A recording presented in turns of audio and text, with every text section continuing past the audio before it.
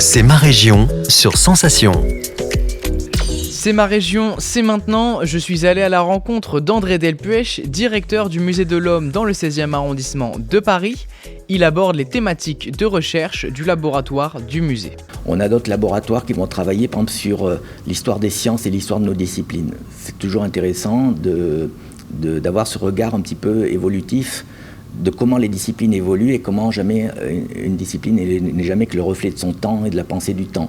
On va être très critique sur les premières études sur les races humaines. À une époque, on les considérait, par exemple, au 19e siècle. Je pense qu'on a un problème aujourd'hui, on fait énormément d'anachronismes et qu'il faut voir qu'on est le reflet d'une époque donnée.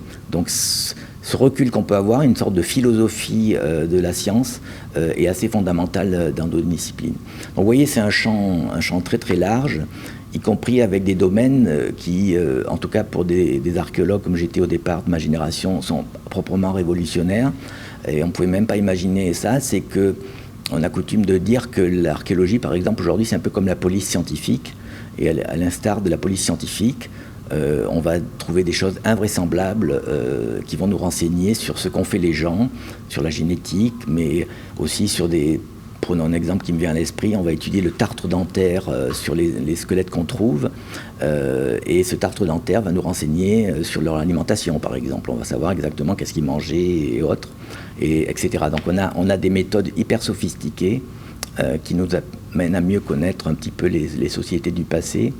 Et puis, pareil, on a certains scientifiques qui font un peu de la futurologie, c'est-à-dire que c'est intéressant aussi, fort de ces connaissances historiques, d'essayer de projeter vers le futur. C'est un vaste débat, mais il y a des chercheurs très sérieux qui imaginent différents scénarios de ce que pourrait être notre évolution biologique, comme aussi l'évolution de la société dans le futur.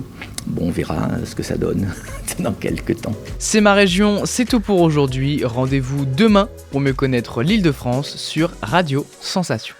C'est ma région, le magazine de découverte sur Sensation.